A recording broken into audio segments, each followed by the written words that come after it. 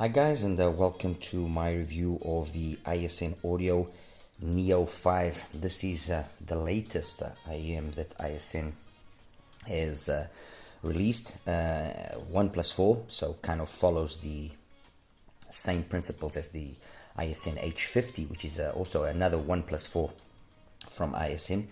But they've taken a completely different approach to the tuning style in the Neo5, but never forgetting the ISN house sound, never forgetting the characteristic which makes ISN and Penon IEMs be so unique and so impressive at the same time. Anyway, the box is the usual ISN audio fare. This kind of electric blue. You open it up, the sleeve. With the cover, the IEMs came over there. Obviously, over here comes a case, which is this case. All right, more than sufficient. More than it's fine. We've seen this case many times before. Tips. It brings 3 sets of tips. The ones with the black or dark gray with the green nozzle, the white with the green nozzle, and the full white ones. The ones that I used that yielded the best results are these ones and these ones. Are basically identical. The difference is a very minimal, at the very most 2 dB extra on the black and green at around 12, 13, 14K. But I mean, it's so minimal that I would even question if maybe it wasn't just a question of an issue with actually the measuring, because the rest, the meat of the frequency, let's put it that way, is exactly the same. Anyway, that's what we get. So nice accessories, which is always usual for ISN. They don't skimp in that aspect. Let me just get this out of the way here. Okay, the cable that it brings is the S8 cable, which as well, it's a decent cable. You can buy it separately, and this by itself is already a good value offered in this package. However, after playing around for quite a few hours, and the tips was relatively easy, but after playing around a little bit with the cables, and again, let me just make sure that I always repeat this. I am not a person that believes in having to spend crazy amounts of money on cables for you to get the best results. Cables will yield an effect if certain parameters are met, and especially if we are talking about IEMs which are not single DDs. A cable on a single DD, the difference that it will make is very, very minimal in my experience. However, when we're talking about hybrids or tribrids, because we have more components which all have their own electric characteristics, that those electrical characteristics combined with the electric characteristic that the actual cable has itself will change the whole let's say the whole putting together of everything. And that, yes, then yeah, there you will notice more or less some differences depending on what cable you're using. Anyway, long story short, I'm using one of IVipQ's top of the line cables that they have, which is this three material one that I've got here, and I'm using it with the Neo5.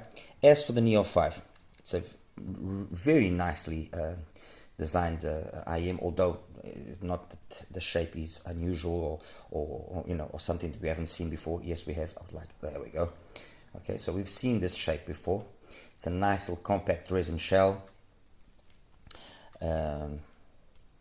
This kind of purplish color. There we go. That's better. Okay. We're struggling here for this thing to. There we go. That's beautiful. So nice purple color. Everything nicely packed inside. You can get a glimpse, and just for you to have an idea of how small it is. Okay, this is the Audio, and the Audio is a giant next to it. I mean, look at that. It's an absolute giant IEM next to it. Okay, that's also a hybrid, but the 1+6, and I'll get to in a minute to explaining why I've got it here. Anyway, fit, obviously, because the IM is so tiny, well, tiny, small. Fit is actually pretty decent. I had no issues with the fit of the Neo5. There we go. No issues with the fit of the Neo5. Isolates pretty nicely.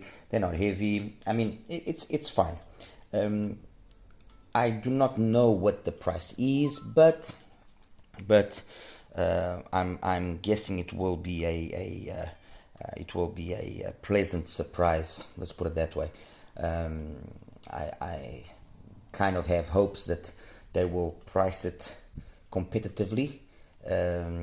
Obviously, never forgetting that this is a mid-tier product, so this is not going to cost $100, obviously, but I don't think it's going to be anything crazy and cost $500 or anything of the sort. No.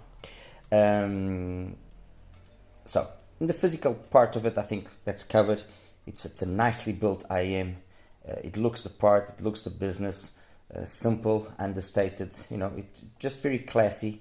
Good quality materials. Inside, as I mentioned, it's a 1+4. That's it. I mean, there's really nothing more I can really talk about or say.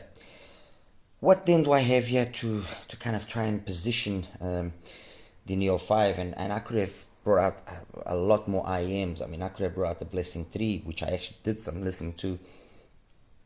I could have brought out Jazir 41T. I could have brought out the Soundrhyme SR5. I could have brought out a whole bunch of hybrids. But I thought it made sense to keep it to these ones, because these ones are the ones that I consider to be probably the best representation at their various price points when we take performance, everything into account. Okay, so I've got here ISN's own sibling, the H50 1+4, which I reviewed a couple of months ago. I've got here the Full Performer 5, and I've got here the Awur Audio Awur. This one has been discontinued, but this was one and is still one of my references when it comes to hybrids, along with the Full Performer 5 and along with as well the H50. So these three have always been kind of my references in terms of what a hybrid can sound like. The H50 it became a reference because it used an unusual tuning approach that just worked. And by unusual, what do I mean? It has, yes, that typical ISN sound, great bass and fantastic mids, but the bass was a bass which is very mid-bass focused. There's some rumble there, but it's very mid-bass focused. And when you look at the graph, you kind of get the perception that oh my God, this thing is going to bleed into the mids excessively, because by the way that it looks. And then the mids, because they've got a very subdued pinna gain as well. You kind of left wondering, how is this going to sound? Is this going to actually sound decent? And then the reality is, when you actually do listen to it, it sounds fantastic. The H50 has an absolutely amazing sound. Maybe not the most versatile with regards to genres. Okay, I'll be honest. But with what I listen to, and I'll obviously post my playlist a little bit, in the description, like I always do. There was really nothing that it was ever struggling with, or it never really did justice to us. Yes, there were occasions where perhaps things were just a little bit overemphasized in the lower frequencies, but again, it was never done in a manner which I personally consider to be bad or wrong or distracting or anything of the sort. Great mids, very nice mids. Perhaps just a little bit too laid back in the female voices with regards to some tracks, but for the most part, there's really nothing that can be pointed out in a negative way about the H50. Good technicalities as well. Really nice IE, period. Performer 5, basically the same thing that I've just said about the H50 applies. I mean, you know, the use of technology has been done in a very smart way with the Performer 5. They've used RLC crossover network.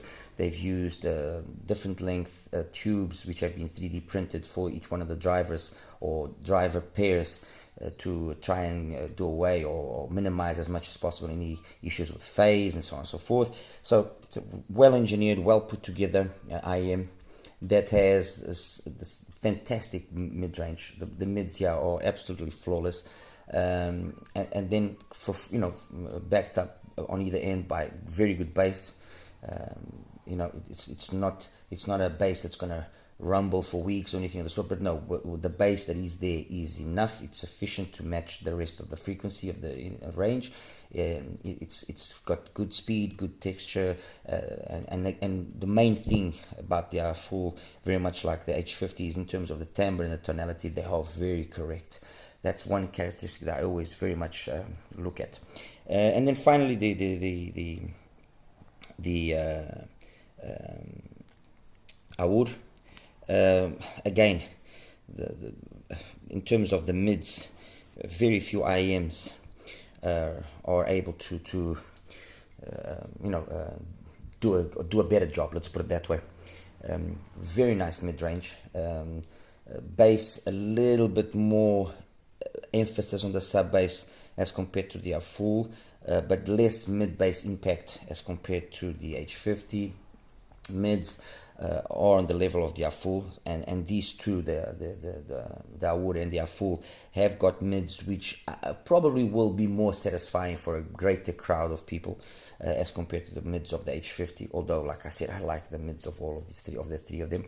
And then the only area where I always kind of thought that the award was maybe just not lacking, but just maybe a little bit too relaxed was in the treble. And when you actually compare it with the Performer 5, you notice that, and as well with the H50, you do notice that the treble here is just a little bit relaxed. It's in ample quantities, it's well done, it's smooth, it's clean, it's detailed, but it's just a little bit relaxed. Okay, that's not a negative thing in any way. It's just the way it's been tuned. Okay, that's it. Let me just fix up this cable. By the way, this is a Gladiator cable as well. Really, really nice cables. I honestly have to say that this has been a very pleasant surprise, especially when you consider it's a European company. These cables are all made, whole handmade by a DIYer at the end of the day, and the quality of the cables really very impressive, very, very impressive. On to then the Neo5. The Neo5, the first thing that you notice when you listen to it, and the first thing that just jumps to you is the bass. The bass on the Neo5 is insane. And what do I mean by insane? I mean that it's got crazy amounts of sub-bass capabilities. Okay? Really, really good sub-bass capabilities. To the point that in certain musics, in certain songs, it actually is a little bit overpowering. I have to admit that. Now, having said that, it will also only do that if the song really has, let's say, an emphasis on that part by the way it was recorded or anything. Let me give you an example. Every Time She Whispers from Michael Franks, it's a song that's got a nice bass line. Maybe listening to it here, and if you listen to it on the H50 or on the other two, but especially with the H50, you feel that it's really, really grand, really full. Okay, but it's very well done. It's not excessive. It's not a colored presentation of the bass, which muddies up things and makes the mids become not what they should be or anything of the sort. No, really good. You take a song like The Killer Moon from ZZJ, perfect. It's very much a mid-centric song, and it's perfect. It's got a little extra amount of fullness, which obviously has to do with the way that the bass has been tuned, but that fullness actually is quite satisfying. I mean, you listen to that same song and you listen to it on the Blessing 3 straight away, and by comparison, the Blessing 3 sounds really, really thin. Obviously, if you listen to the Blessing 3 by, first, you say, okay, it's nice. It would be nice if there was a little bit more bass. But, if, your impression is, okay, it's good, it's acceptable.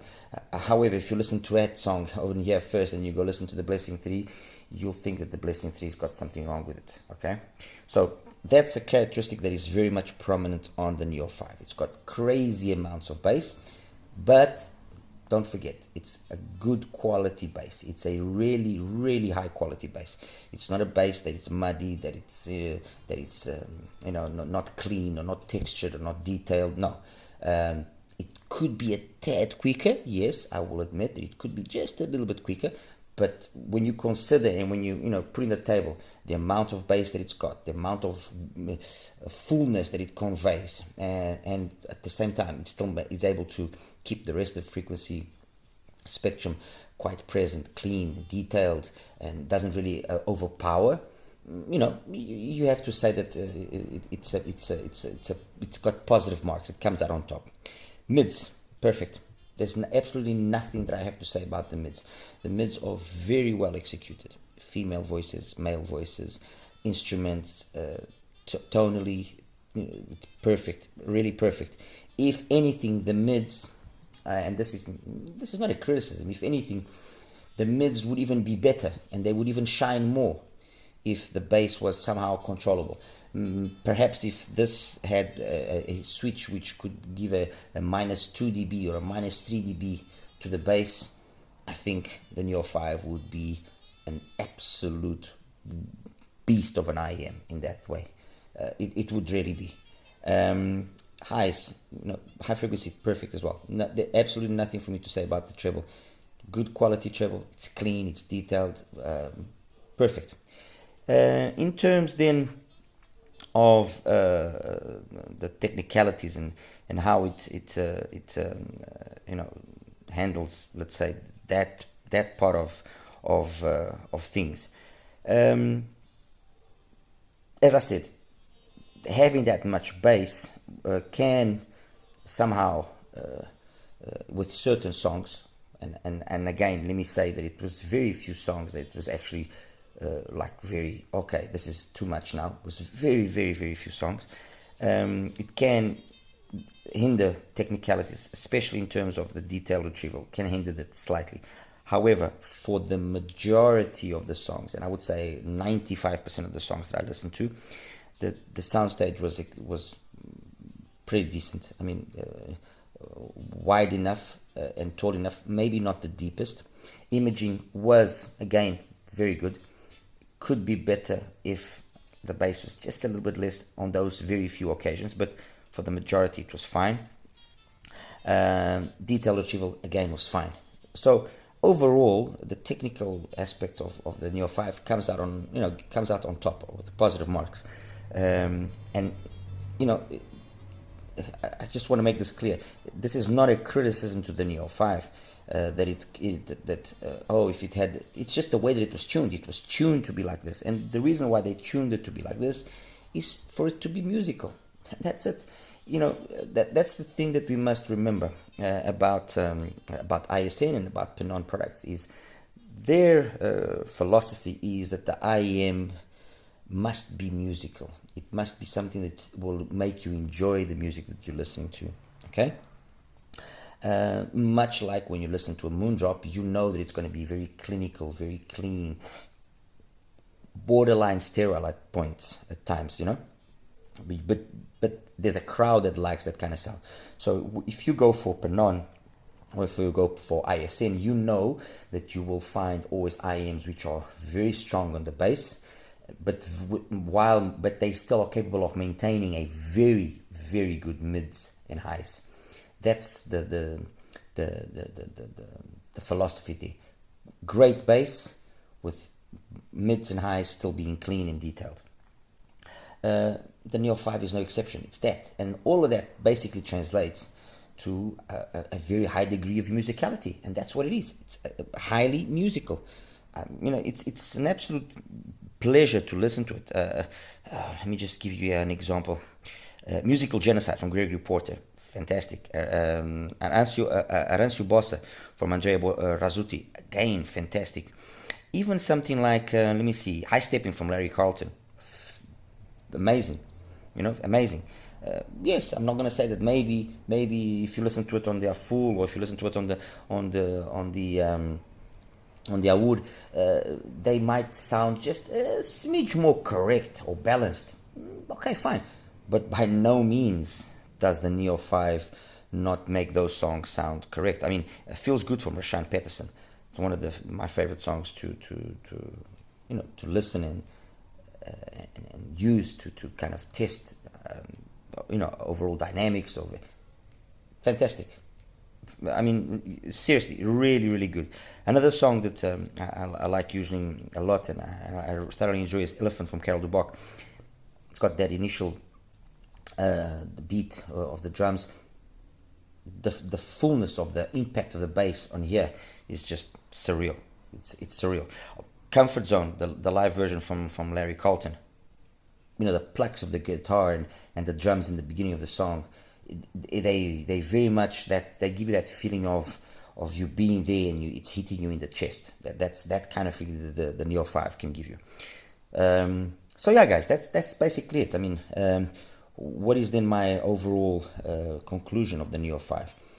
A nice alternative tuning from ISN.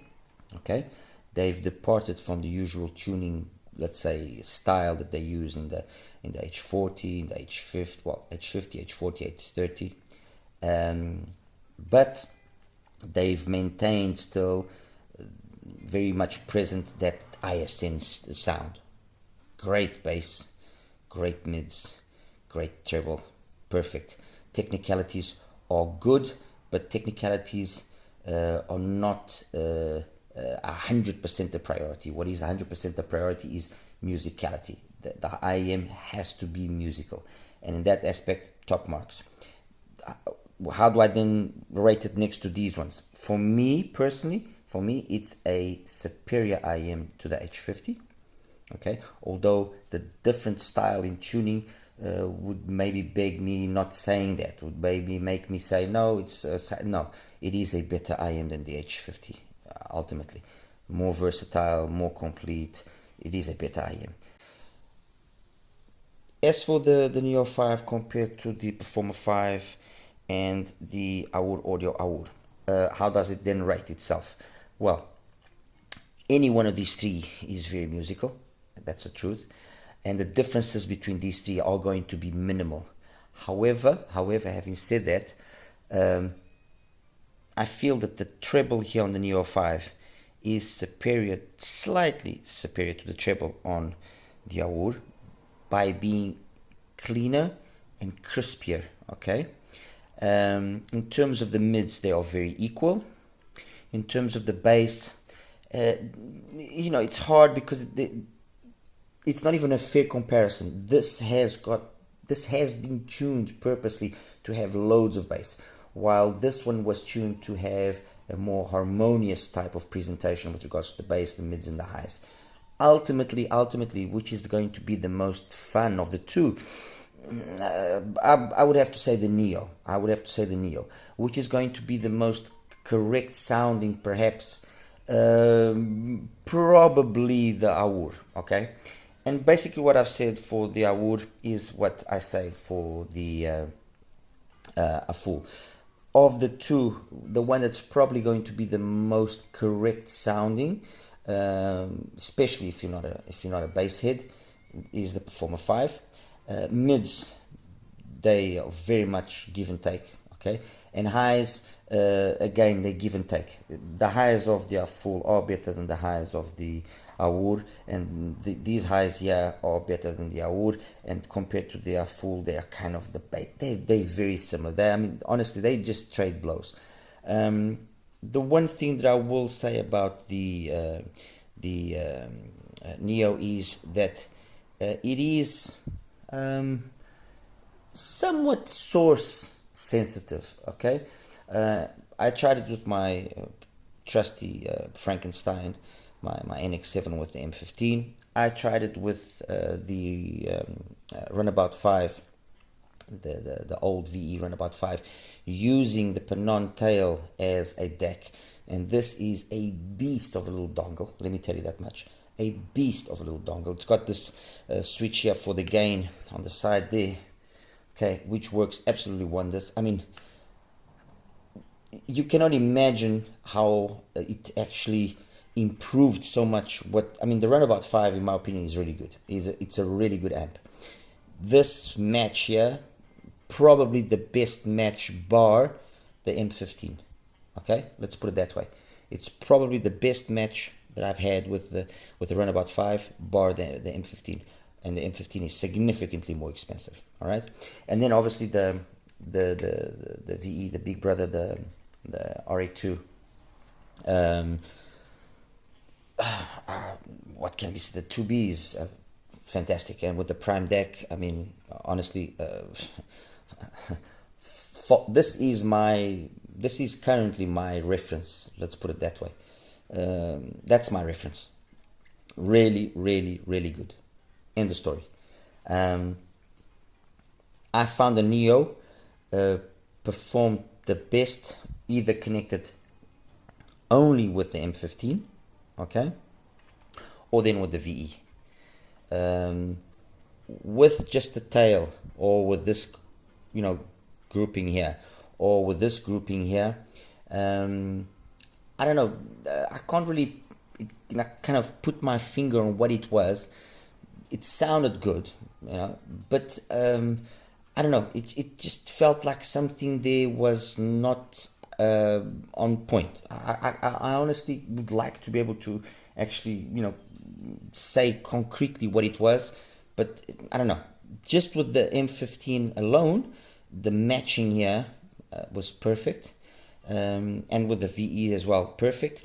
I am guessing that maybe what is happening here has to do with the matching of the impedance of the actual IEM with the output impedance of these various groups, various amps and decks, and that's what kind of makes it, feel off.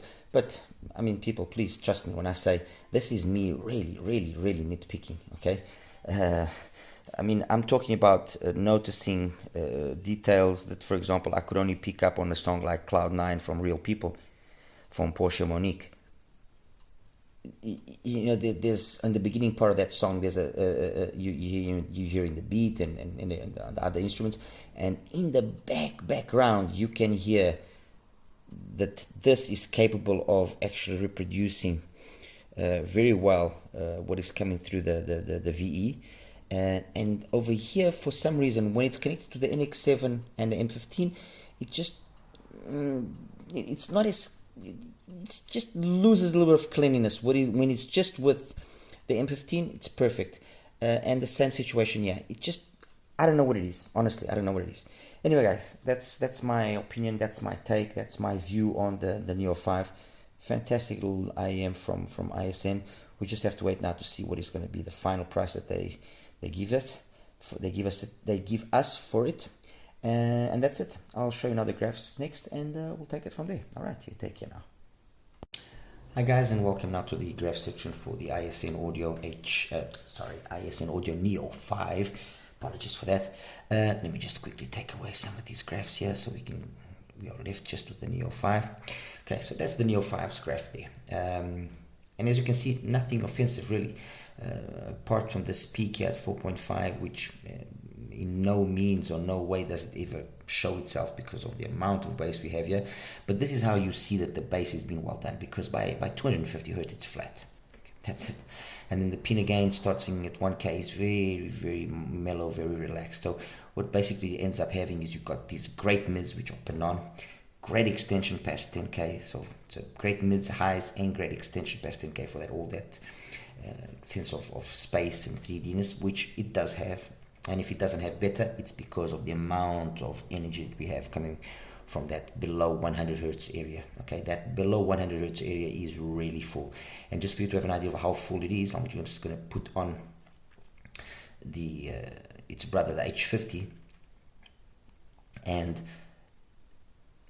yes, they do have kind of the same energy below 100, but the difference is because you've got way more mid bass and it bleeds into the mids, into the H50, as compared to the Neo5. What you end up hearing as well, and not the same kind of mids as well, mind you, is you end up hearing the H50 being very impactful, which it is quite impactful, but doesn't have the rumbling capabilities that it could have, were it not for the tuning being done the way it was. But it doesn't have the rumble that the Neo5 has. The Neo5 has got this crazy sub-bass rumble. Really, honestly, it does. Otherwise, there's a little bit of recession here as well, a little bit too laid back in the mids, the upper mids of the H50, kind of making female voices sound a little bit recessed and a little bit brought back. They could be a little bit more prominent. Some instruments as well lose out with that, but then it's got great treble. Fantastic treble, great extension past 10K, so can't really complain. Compared to the full, as you can see, they're very identical. The graphs are very, very identical.